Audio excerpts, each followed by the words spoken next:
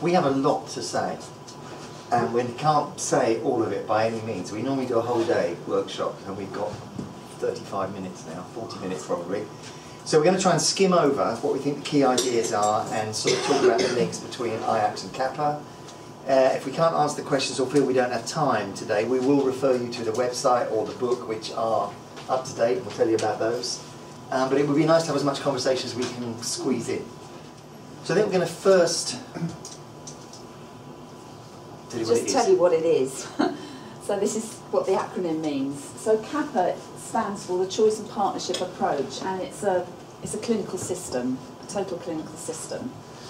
And it started with conversations we were having years ago. We've known each other for years, haven't we? Yeah, decades. More than half our lives. 15 years. And we've always been really interested in how teams function and how you make services friendly for service users and good to work in for clinicians. So we had lots of conversations, and we're doing service redesign in our own teams. And we started doing some stuff in the service I work in, which was very much introducing something, evaluating it, changing it over a period of time. And then we had something that was more complete that you did as a one-off package, didn't you? Yeah, we just started talking about it and people got excited and more people, we went to talk to more people and people did stuff and it became the thing it is today, really. And what we've learned is that services that do it thoroughly get really good results. Services that do their own version sometimes don't get so good results, and that can be a mixed experience. But we had some amazing data recently from Annapolis Valley, which is a province of Nova Scotia, and we were there in November, and they implemented in December probably, and they had waits of a year for their child mental health services, and they're at 4 weeks now. So this is 5 months later, 4 months later. And the clinicians are going, they were said, the managers said, the clinicians are going, how did that happen? We don't seem to be working any harder. In fact, we're working less hard, is what they said, yeah. So. And their adult mental health service is also implementing it to have similar reductions. So it's basically a service transformation model that is feels quite different from a traditional CAMS model when people use it. And it's about having a massive focus on collaborative practice and a collaborative way of working with service users. Thinking about demand capacity and flow management and how can you make processes smooth, how can you make processes pull towards the client rather than pushing them through on a conveyor belt that's inflexible to their needs. It's about thinking about skills in teams, how to get the right skills, know what skills you've got, skill people up in the right things and deploy those in the most effective and efficient way. And it's about leadership. How do you get good leadership in teams that works well and can implement changes and sustain those in a culture of sort of continuous service improvement rather than we've implemented this, let's just sit back and see what happens. But that curiosity teams can have to continually evolve. And I used 3 words in the meeting we've just had, and I think they're on this slide. It's about collaborative, efficient, effective practice. That's what we're trying to create. Those 3 things at the same time, and that's what services get the gains from if you do everything. So the values are having the person you're seeing completely at the centre of what you do. So trying to organise your service around them.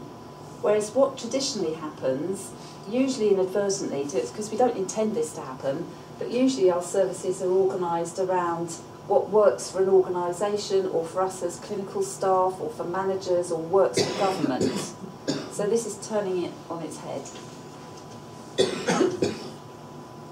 And so a key shift is, as a clinician, is how do we facilitate the young person's choices and goals with our expertise? And that's the shift. And it doesn't seem like a very radical shift, but it really is an incredibly radical shift.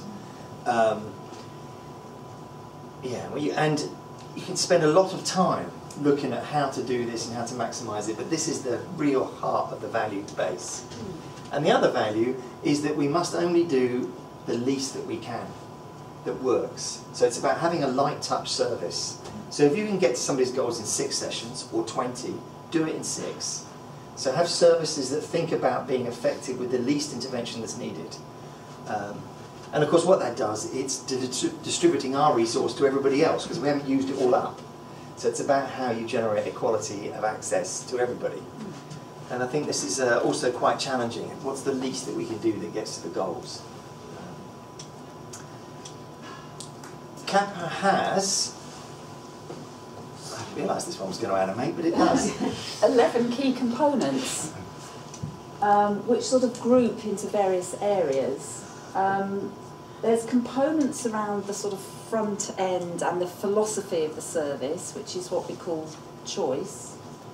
So that's around shifting the language you use with people, how you give people choices about how they get into the service, what happens to them in the service. We should say, actually, anyone can have this slide set. Yeah, we will circulate it later. If you want, that's no problem.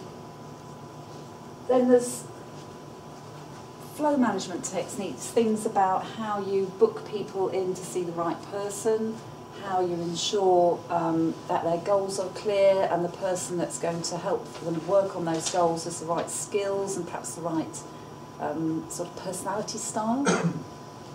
And there's all these things that you need to do in your team to know what skills you've got, of what type to what level, how do you deploy them, how do you know what people's activities should be, how much should new caseload should they be picking up, and then all sorts of things about how do you let people go, how do you know when it's right to end contact with them, how do you work that out with them, so that's where outcome measurement, etc. comes in, and how do you keep things safe and people learning, keep on track with your work through talking with colleagues, and all that's embedded with having good leadership and teams functioning well together by having time to learn together, play together and do things.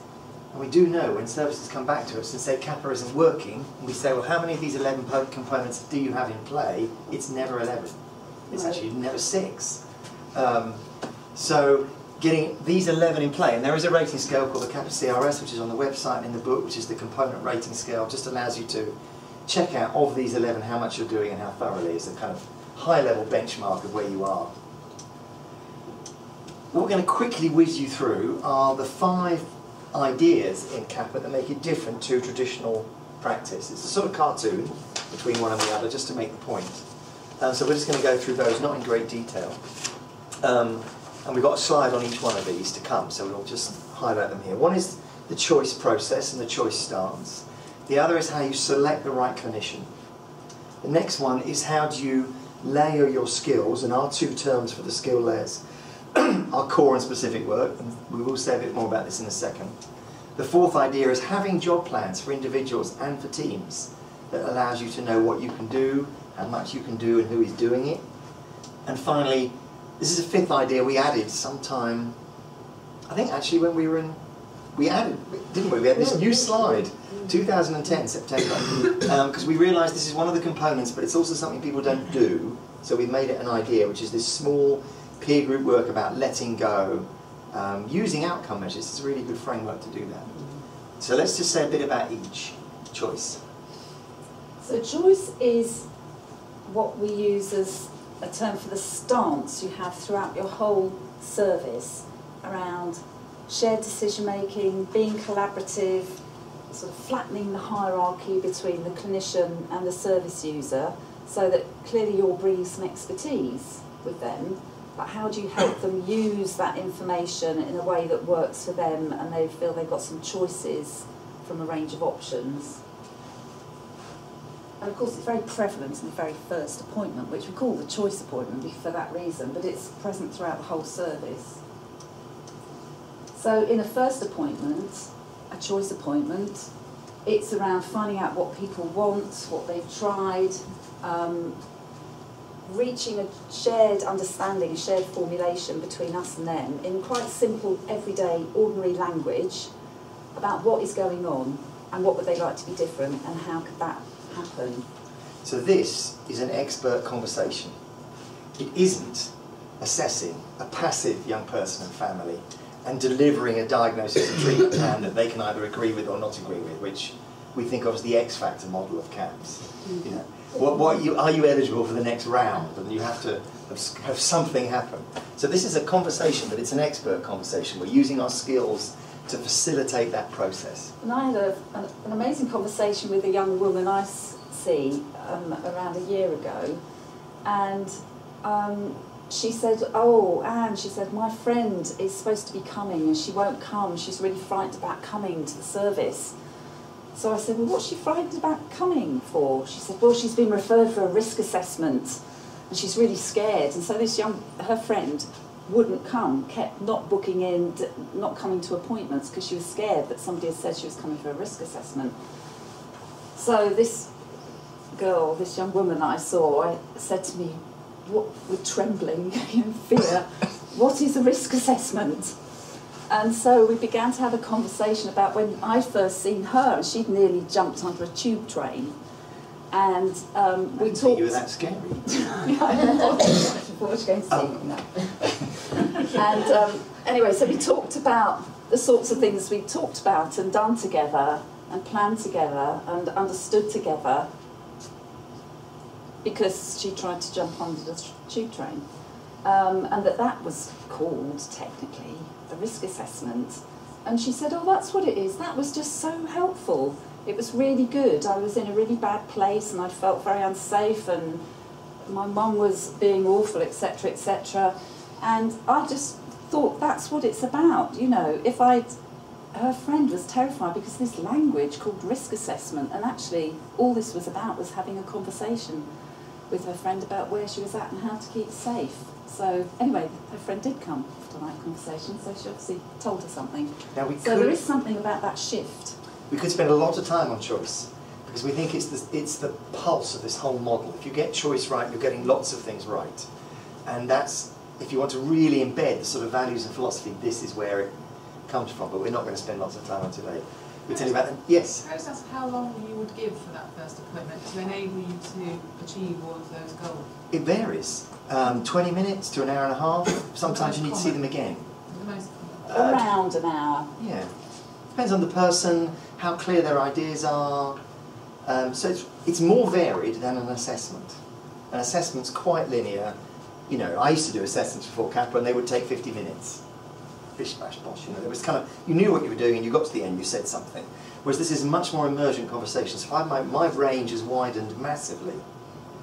And it may take more than one appointment, yeah. That's the other thing, yes. Because the key end point of choice is something called a choice point, which is where you've decided on the goals and broadly decided on the methods, which is another word for task alliance. So until you get to the choice point, you can't hand them off into anything because you haven't worked out what that is yet.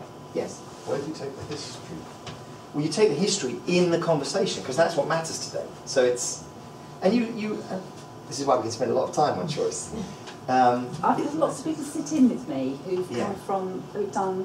come from traditional models, like most of us, you know, are trained in, where they've usually got an hour and a half first appointments using some sort of structured performer, usually at least 2 people, and then the family going away and discussing with the multidisciplinary team, and then the family come back a week later. And they've sat with me and said that I've got exactly the same information in a completely different way to the way that they did it in their very structured way, but in a shorter time. And I know I have to fill out a sort of core assessment thing on the computer after the appointments, and I can still fill out all those traditional fields. Well, what's it's the different way you do it. Is you're selecting things that add value to that conversation all the time, rather than talking about what is on your assessment list that may not add value to decision points or what they're worried about. So you pull in the domains you talk about in conversation. That's where the skill is, but that's what makes it effective and collaborative. It's a nice experience. I love doing it, it's fun. Right, so that's big idea 1. Big idea 2 is selecting a partnership clinician. In traditional services, the clinician you get is the clinician you saw for the initial assessment, or they decide you need a specialist and you go on some kind of internal waiting list for that specialist. What CAPA's about is, after identifying the goals that tells you, and the methods, that tells you roughly what kind of skill sets you're going to need. So you choose the clinician in partnership who has the skill sets to work towards these goals, and you book them in. Sometimes you might have be able to match a sort of personality style, depends on your team and that young person, and then you fully book them in using a core partnership diary. Now, full booking is a bit of old DH language, I don't know, which is the idea is that they don't wait for a decision. So you get the diary out, you discuss who's got the skills. So it might be, say, Belinda and Andrew, and they've got partnership slots available in 4 weeks or 3 weeks, and the family say, we'll have Belinda Thursday, 3 weeks' time at 3 o'clock. You write them in there and then, and they leave with that appointment. That's full booking. All kinds of things you need to do in your system to get a core partnership diary in play, and that's where the other components of CAPA drive you in. But you can't do this, and often CAPA Light struggles to do these sorts of things. I see nodding from the person at the rear, yeah. And the challenge is how to get to those points. And the other thing that the family go away with is things you've worked out together that they can do at home to start moving them forward on whatever goal it is they've chosen to work on. So when they come back for that next appointment, the person they're seeing is joining a moving bus, not starting again. I had a lad once who had a light phobia. Yes. Perhaps he shouldn't have got into the service, but anyway, he did. And we talked about graded hierarchy and the kind of work he might engage in when he came back, and we agreed he would go away and take pictures of the lights that scared him and rank them. That's what his task was between. And he came back with an advent calendar of 10 steps on a ladder with all the pictures grouped on it and little pictures behind every ladder step of increasingly smiley faces as it went up the ladder. And he'd got up to step 3 by doing this process himself. So the first session of partnership, this lad was at step 3 already. So whereas in a traditional sort of more assessment, moving to treatment model, he would have had an assessment, gone away probably with nothing, just to wait to see what would happen, or perhaps gone on a waiting list for treatment, come back at some, X number of months later, probably worse. Certainly not having moved anywhere forward, because usually nothing therapeutic goes on in between. So that's another difference in CAPA. And we are cartooning the differences Yeah. to make the point. This is not true of everyone and everything, it's just to... So that's idea 2. Services find this idea scary. And I think more traditional teams, this is the point you get stuck. The idea that they'll select another clinician, trust is a really big word. Did you have your hand up or were you just moving about? Okay. Okay. Yes. Yes, Solid lady at the back. Yes. It also doesn't mean that they can choose anything, absolutely anything they want. I had another young woman, I see all these young women, I had another young woman the other day who got the partnership diary out, so I was trying to find an appointment for her, and behind me was this guy in the office who's from another service. He was just visiting. Anyway, he's got these stunning blue eyes. That's all you see as a woman, anyways. And anyway, she saw him behind me, and she said, "I want him." I think she's saying as somebody with a male gender preference is all you Yes, say. okay. But, yeah. So Right. it doesn't mean that. There are constraints. Go on. So the other thing that is, that a lot of people feel is different to a more traditional CAMS model, is thinking about how you layer your skills. And having 2 levels of skill that you can identify in your service. What we call core level skills, which are extended clinical skills for most clinicians, and specific, which are more advanced, delivered at higher intensity, usually for a longer period of time or off average period of time. So that allows extending your capacity so that more young people can be helped by more people in the team because they have broad but lower intensity skills. And those higher level advanced skills can be protected and used for the people that really need them, because not everybody needs them. Now, you can do this in any service. We do most in Tier 3 CAMS, but you can do it in inpatient use, you can do it in adult services, you can do it in LD. It's just thinking about the skills and resources you have in that segment and how should we layer those. And so you can bring that framework to bear in any service segment you're working in. perhaps we won't say the benefits of it, but there are loads. The next is job planning. Job planning is really crucial. It's planning, one of the key things is planning the different work streams that each individual is going to do. How much core with what skills, how much specific with what skills. That balance will depend on who your patients are and the skill mix in the team. I always think Anne's team is quite a good example of child psychotherapy, which I'm going to hand over for a copy. Yeah. 5 or 6 years ago, our biggest clinical group was child psychotherapists, and that was fantastic because they were able to do all sorts of things in our team. They could do choice appointments, they could do core work, bringing sort of psychodynamic flavour to it, but they could also do their highly specialised longer term psychotherapy. And then because they were all a similar age and had been in the service about 30 years, they all retired within 6 months of each other, and we went down from having 3.5 whole-time equivalents to just having 0.7 of a psychotherapist. So obviously that resource was far too precious to use her for anything else than specialist psychotherapy, longer-term psychotherapies. So how you use people and what you do with them to a certain extent depends on what you've got and what you need in your for your service users. And there's so many advantages to having really clear team job plans. Partly it contains clinicians, they have something they have, but there's no expectation to work beyond their job plans. When you've done, you're done.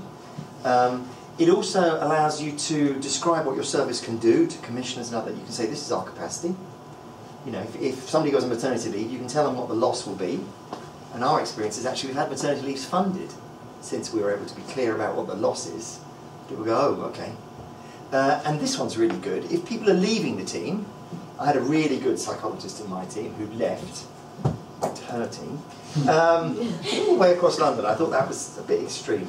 But the point is you can shift their capacity. Because you've got a job plan, you can shift their capacity. So we moved her out of partnership work, which is longer term, into choice work the nearer she got to the end point. So we were utilising her right up to the end. We've got 2 people who are pregnant in the team now. They're not going to be long.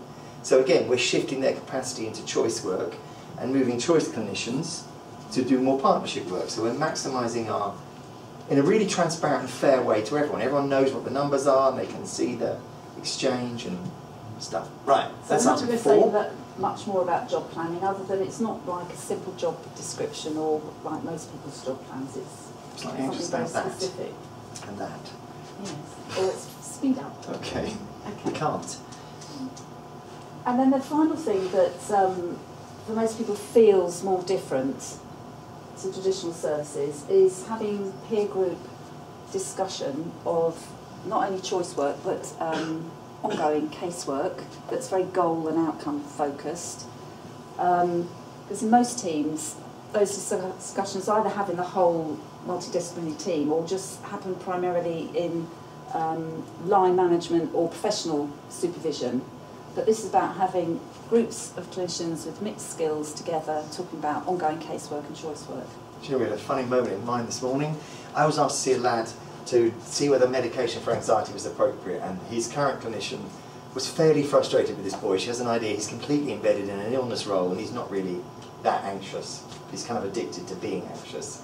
And so we discussed it in peer group this morning, and so it was me and Helen who were the 2 clinicians. Anne said, I've worked with him. Emma said, I've worked with him. And we discovered that 8 people in the team had worked with this boy over the last 6 years, which we kind of knew, but it was amazing to have that in the room about what we were going to do and our formulation, and it's really important. Right, shall we? Okay, so CAPA, as Tisha can vouch for, has spread word of mouth because we haven't advertised or promoted anything. We've just been invited to go to places all over the world. It's amazing, really. So all over the UK, lots of teams. Canada, Australia, New Zealand use it for a long time, and they've used it in adults. And it's used in different settings. So CAMS is obviously where it's most embedded, but adult mental health, so in New Zealand for around 4 years they've been using it.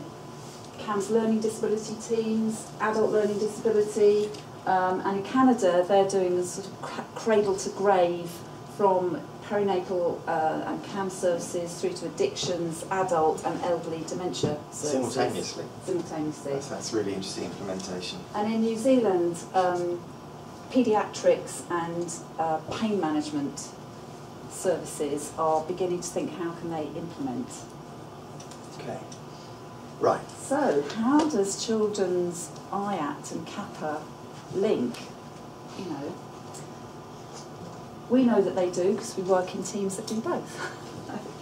Well, they absolutely share the same central value system and philosophy of collaborative practice that is aimed at working with the service user and involving them in everything you do and designing your service around them. That is completely the same between the two. The focus on goals and outcome measurements and using that with a client, that's the same. The focus on how you extend and develop skills in teams and how you use that with clients, that's similar. And having smooth processes, easily accessible services, things like self-referral, how do people get into services easily and it's not be obstructive, that's shared between the two. So they're complementing. I had to read that sideways. The additional bits that CAPA brings is all the demand and capacity stuff around having smooth and efficient processes in your service, and a whole team culture of flexibility and continuous service improvement and how you work together for the best of the clients group that you've got. And the promotion of developing extended skills in all the staff rather than just in the ones that might need skilling up. It's how do you think about extending skills in everybody so that you're not a professionally based team or system, you are a skills-based system. I don't know if that's spelled right, I hope so. But I think these things reverberate. So we talk about what CAPA is, and it wasn't what it was, because we learn from people and we incorporate stuff, and like CYP-IAPT is informed by the history of Cork and all that experience, so things reverberate. So we've definitely been enhanced, I think. We were always about goals and working with goals in a really live way. I think IAPT has brought in a much more discrete focus about the outcome measures and how you use those more technically than probably we. But then we said, oh, that's a good idea, so we've taken that. So these things evolve, and I think we're all about the same value sets. Miranda, we've all said recently that our experience is that Cork, CAPA, IAPT, You Promise, all these things are about the same set of values about what services should do. And CAPA is an example of service improvement that people can hear about as part of their children's IAPT curriculum for that reason, because a lot of the systems and values are shared. There's just the additional ones about how do you get your smooth flow and extended skills across your team. And I think it's completing. And I think it's our experience being a CAPA team and being an IAPT team that without being transformed into a nice clear organisational service structure with high value, it would have been really hard to do CYP-IAPT well, because you wouldn't have had the frameworks to kind of put this measure into and use them well. So I think that's why we're kind of passionate about that. Here is our, here's a Venn diagram.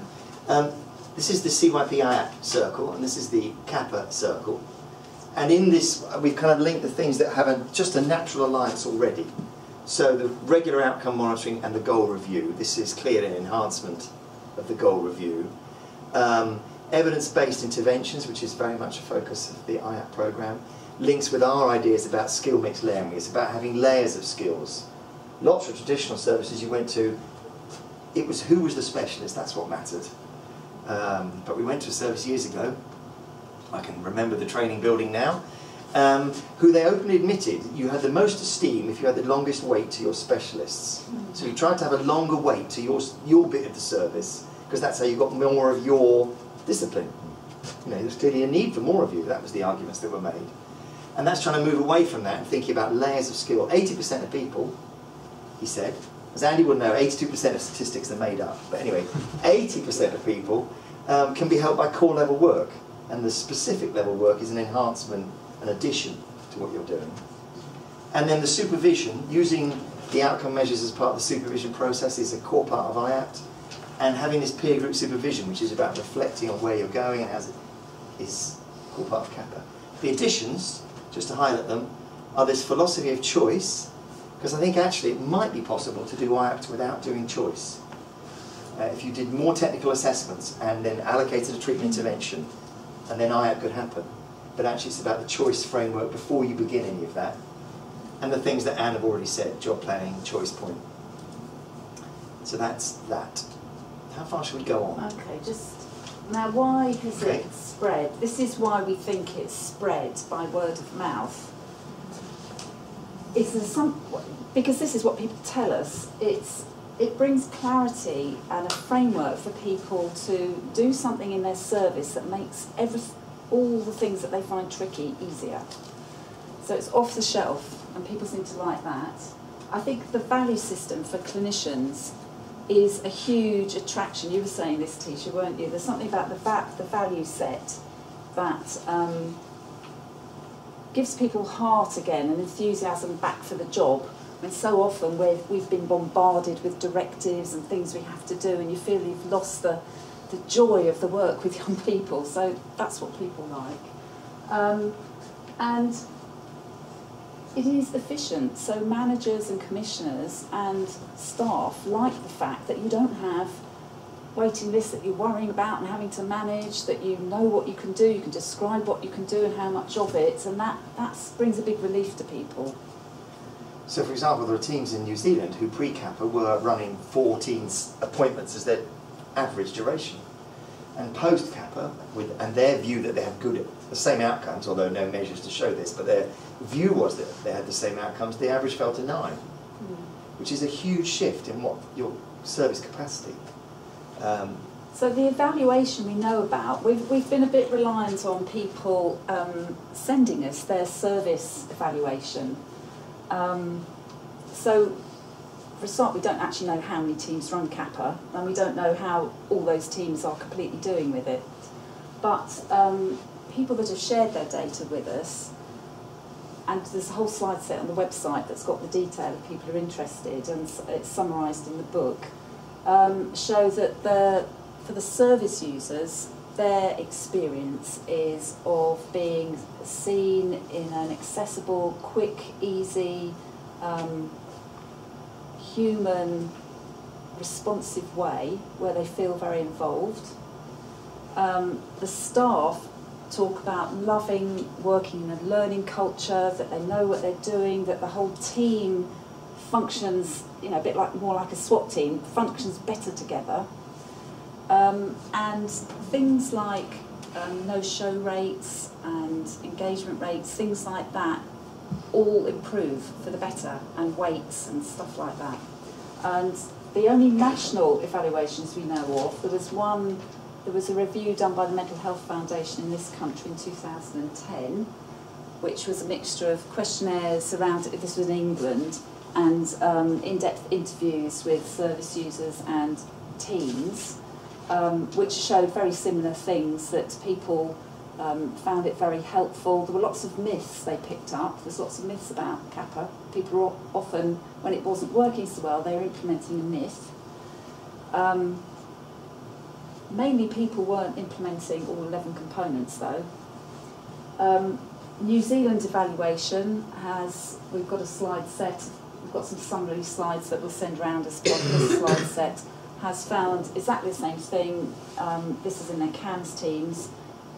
Weights have come down, they haven't got waiting lists, the service users love it, the staff love it, they've enhanced what they do. Nothing negative they can find about it. So, but it does require cultural change to get into full CAPA. And that can be the challenge, is how you get your team, depending on where your team were in the first place, to get into this value set. And it would be the same cultural change to get into IAPT, because actually those two are completely seamless about how we want to do something in our terms of values. but you need that cultural change to get in. This is a really interesting point, because we got an email from Sharon in Canada, and they had a regional meeting of all the service leads a couple of weeks ago, and they said it was really interesting because they could all realise they were now talking the same language. Although the services were in different places in the implementation process, they all knew what they were talking about when somebody else said something, because they had a kind of common framework. Right, I think we should finish in 2 or 3 minutes and have a conversation. How far forward should we go? Yeah, go forward a little bit. Okay. Yes, I've just described this. Don't pay attention, just doze for a while. Just describe this. Actually, we could do a post-it note suggestion. Yes. As you notice these, you're feeling very positive, enthused, your energy levels are rising. Should we do that? Yeah, let's do CAPA Light, because this is really important. I had a trainee a few years ago who worked in my team, then went and got a consultant job, and he came to see me 6 months later in a real panic. He said, I've gone into this team that says they're running CAPA, that's why I went there, but they're not doing what we did in Richmond. I don't get it, and it's just not working. And when we talked about what they were doing, all they were doing was they had a first appointment and they called it a choice appointment. But the stance hasn't changed, they weren't doing any of the other bits, and of course it wasn't working. They were just doing some sort of triage system that they called choice. And that, you know, it's this amazing, and whenever we hear from teams, because people do come and say to us, oh, we tried that and it doesn't work, or when we actually talk to them, they weren't doing what we describe as CAPA. So it's kind of like my car won't go and you go, have you put petrol in it? Yeah. They go, no, well, yes. Yeah. So these are the things people don't do. This full booking from choice to partnership, teams don't often do it. They often take it to a meeting and want to discuss it and allocate in a very wise and slow way. Having job plans. Quite often people don't have plans, they just get allocated a number that doesn't fit what their plan is. Things like values is a real challenge. I think we all struggle with values at the moment, because my organisation seems fairly value-free at the moment. And there's a lot of demands to do this new IT system, to meet these targets, so how you hold the values, and I think that's the challenge we talk about all the time, and the IAPT challenge. How do we get and we were talking about earlier, how you get the values in clinicians about this is really important. And the practical things. Quite often services might have numbers for how many new partnerships people are meant to start, yet nobody monitors whether anyone's actually doing them or not. And so when people are busy, they forget to put them in, or they have to be sick on that day, and the service can just drift out of functioning into not functioning. Having regular away days, this is a key component of CAPA, going away as a team and working together. We say 4 times a year, 4 days a year. Teams should spend learning and thinking together about who they are. And is it 6 days a year? And we have team away days for sub-teams, so our management goes away for half a day every 3 months, and the CBT's team go away for half a day, and we do a lot of thinking about who we are and what we want to be, and we think it delivers, that time spent delivers an effective gain over and above the time you spend. So, but as you said, but they still managed to call it CAPA. Okay, so we were at a conference and we did this slide, and somebody in the audience said you shouldn't call it CAPA Light, they said you should call it cappuccino, which we rather liked. We said, why should we call it cappuccino? And this person said, because it's got less coffee in it, it's got a frothy top that belies the lack of substance on the inside. So whatever you do, don't do cappuccino. If you're going to do it, do everything. Rather, like Anne often says, it's like cooking a recipe. Follow the recipe book until you make it your own. But don't start with half the ingredients and then say it tastes wrong. I wonder how many chief execs of trusts are here tonight to hear you say that. Well, probably not. They're the leaders in it. Absolutely. Wow. We say this everywhere we go, Yeah. to be honest, which is quite a lot of places, but we'd like to say it more. Kind of. Right, shall we stop there? Yeah. There's lots more to say. There's loads we could say, so it might be better to have a conversation and you just to ask whatever you want, or muse, reflect, or apply us with questions. We don't mind. Yeah. Okay. I guess I'm coming from a position where we have a cappuccino, as in slide 1, and then we're the second wave of IAPT implementation. So we've got our trainees currently doing training at the moment across the board, and beginning to think about how we broaden that out. And it is the reality of how, you know, of course, the IAPT service transformation is embraced by the whole of the trust, and the infrastructures are there to support it. And we have the car model, which in a way makes it easier to bring in some of the elements of CYP-IAPT. But actually, you know, there are things that don't fit. So, for example, having a 20-minute initial assessment doesn't fit with CYP-IAPT. It takes 20 minutes to do the initial assessments if you're going to do them true to the IAPT. Well, one of the essences of CAPA is you plan what you're doing. Yeah. So if your first appointment takes 3 hours, because you've got a particularly flexible IT system that you have to go and sit on afterwards, you've got to plan 3 hours in your job plan to do it. If your work requires half an hour travel to and from, so it's whatever you are actually doing, that's what the job planning is about. So yes, you can do it in 20 minutes, I almost never do, but when you factor in, so we've made an adjustment to the CAPA maths because of the IAPT time. So it's just planning what you're actually doing and working out what you need to do for that. Rather than saying it's rigid, it doesn't fit, actually, it can always fit. It's just to set a framework of analysis. So you work out the time you need, put that in the job plans. Sure. Job done. But, I mean, that's about one component in it, isn't it? The sort of clinical feedback and outcomes. Yeah. And then there's the bit about job planning and how does that fit with the first waves, which are CBT and parent training. And that's not a good enough fit for everybody. You know, you need to have the varieties of modalities available, as well as the service user participation and getting true service user voice into the arena. Takes more. But you know, I do see a marriage there personally. But it's about how the infrastructure supports it. And, you know, I think what we usually say, there's 2 review measures. The CAPA CRS would allow you to say broad brush how near you are and what you might need to do to enhance the transformation. There is a newer one, which isn't yet on the website because I haven't got around to it, called the CAPA Face, which is a 65-item, much more detailed review. Are you doing these practices and these bits of culture? So if you want to kind of drive into it. And we wrote it actually out of the New Zealand experience because we realised they needed something more structured. They wanted something more structured to work with. And the trouble is, it takes planning. Any service transformation takes a lot of time. People underestimate the time it takes. And the amount of talking and thinking you have to do about it. You know, most CAPA teams, they're lucky if they can get in play in 6 months. And it's nearer a year because of the planning and everything you have to do to get to the point of being ready. And I think that's true for IAPT. Yeah. All the things you have to sort out, the backfill, the forms, the processes, the supervision structures, there's a lot of sorting out that you have to do to make it really work. So it's kind of not rushing it. I mean, personally, I think your team found that we're a wave 2 site, year one. But the fact that we were already doing team job plans all the time, that was just routine for us, that hugely helped with our backfill and working out what we needed and how to deploy people and how to move people's jobs around. I don't know how we would have done it personally without that. I think it would have been a real struggle. So, you know, personally, we found it really has made it a lot easier to implement the Children's IAPT bit on top of that. Yeah. We've introduced CAPA because our commissioner specified that she wanted our service to run on the CAPA model. Not unknown. That does happen, yes. So we started with, and at the same time we amalgamated 6 organisations into one camera service in a particular area.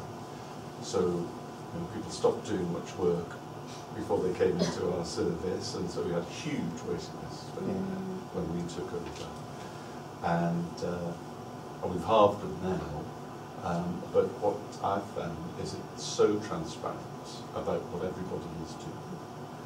But what worries me quite a bit about it is it does expose the fact that an awful lot of staff need a lot of skilling up to do jobs that you thought they were doing.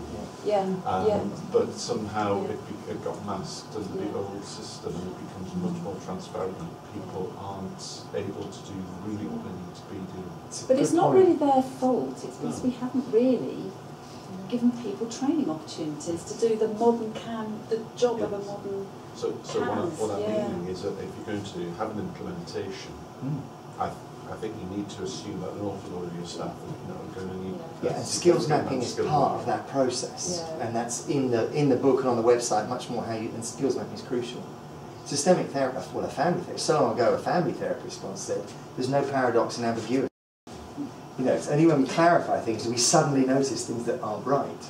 But the trick in teams are, because sometimes the problem in implementing is people are worried that they are going to be exposed as not having skills or, you know, whatever. We had somebody The trick is, I was just going to say that the skill in the implementing is that this is a learning opportunity, that you're not doing the skills mapping to see who's deficient, it's to see what skills have they got, who would like to extend their skills in different areas, what do you need for the client. So it's a learning opportunity, and I think when people realise that, it shifts everything, but that can take a bit of work. Yeah. What were you going to say? No, I was just, I think you said it very nicely.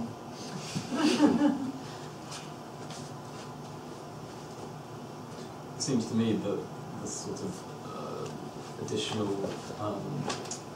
trainings that are being added to the broader curricula as part of CYP-IAPT will make CAPA increasingly, or CYP-IAPT and CAPA increasingly kind of a good marriage. Yeah, I mean, I think when you look at the components, you know, they make sense for a lot of people. We don't mind if people don't call it CAPA.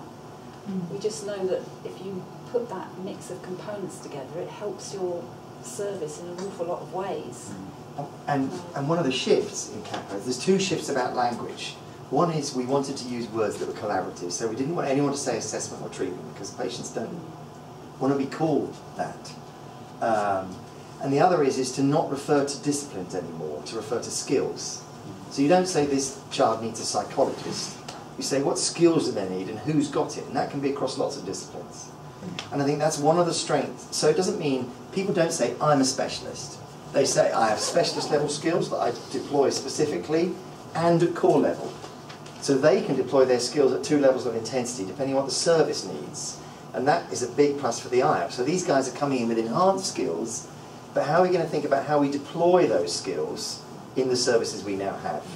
And I just say, I think that is, I agree with that to some degree, but I also think it's psychiatry-centric, because I think there are differences, there are generic skills across the different multidisciplinary team that are not including psychiatry, that then there are also differences as well. But also, I suppose I was linking it to what you were saying in terms of the Venn diagram and how CAPA has some elements to the right that maybe could also go into CYP-IAPT, like the service transformation bit and the peer supervision, and actually there's perhaps more of a crossover in the two components, or two. Well, I think I don't that's know what why Miranda would say. I think we have a sense that we're sort of not yet quite merging, but the parallelness of these initiatives is increasing all the time. And I don't know what you'd say, Miranda. Yeah. So yes, we think that. And I guess the challenge is about how you keep the kind of clarity of what the IAPT's about and how you integrate CAPA into those.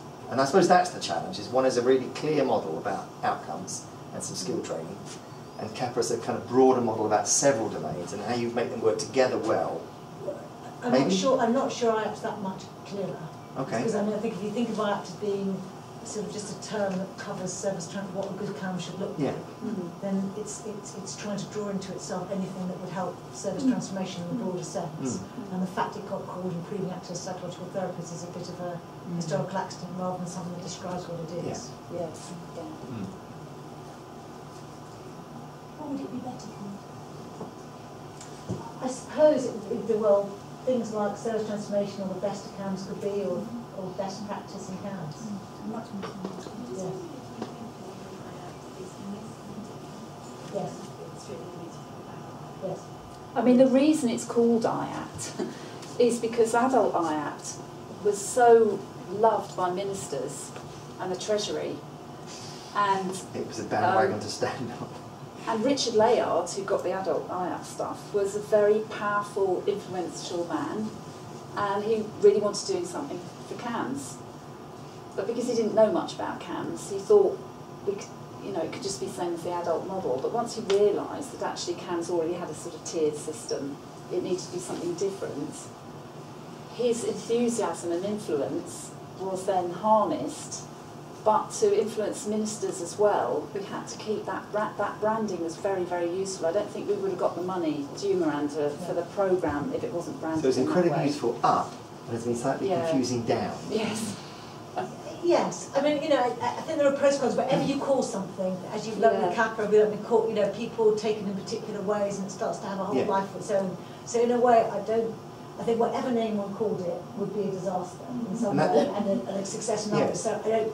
And that's a good point, because we talk about the choice appointment, so the myth that flows everywhere, oh, there's no assessment, no thinking about risk, because you're just going to let them choose. We go, no, that's not what it's about. But the name, because we didn't want to call it assessment, because that we'd never talk to anyone if we assessed them. So there's always a risk with every name, Which is why I think we've realised that, and the same is true for children's science, if you can describe what the effective components are, like a recipe, if you can say, you know, you need some carbohydrate, you need a raising agent, you need something sweet, then you know what the recipe is. What you then call it doesn't really matter. And I guess where I think CAPA has really shown the way and links in with Child IAPT or other initiatives is trying to get that language right at the right level, so it isn't about professional silos and it isn't about, you know, so many hours doing this and so many hours doing that. It's trying to capture effective ways of practicing at the right, with the right sort of groupings, and I guess that's what Child IAPT tries to do as well.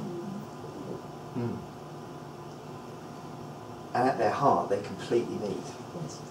So, because I'm a year 1 team, and we've been doing obviously CAPA forever because I'm in it, and it feels it just completely works. There's no tension between the two things anywhere in our experience. That's just our experience. They completely work together. I find it fascinating how, I mean, obviously it's about the team that you're in that gives you the cultural context of where you're coming from, but to think that people are willing to have their diaries open to these partnership appointments is just like, wow. Yeah, so therefore you have to generate a lot of trust, you have to do all the skills mapping, that's why you need away days.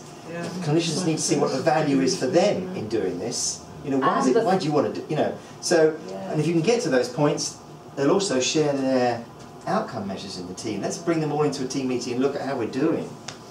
You know, in Canada, we heard about they have a monthly meeting in their teams where they bring their outcome measures, their choice, their partnership, and their DNA rate by clinician.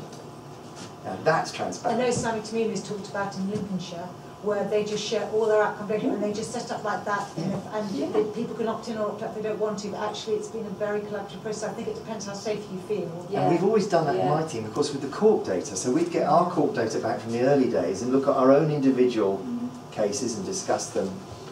So it is, once you start to be transparent, it all works.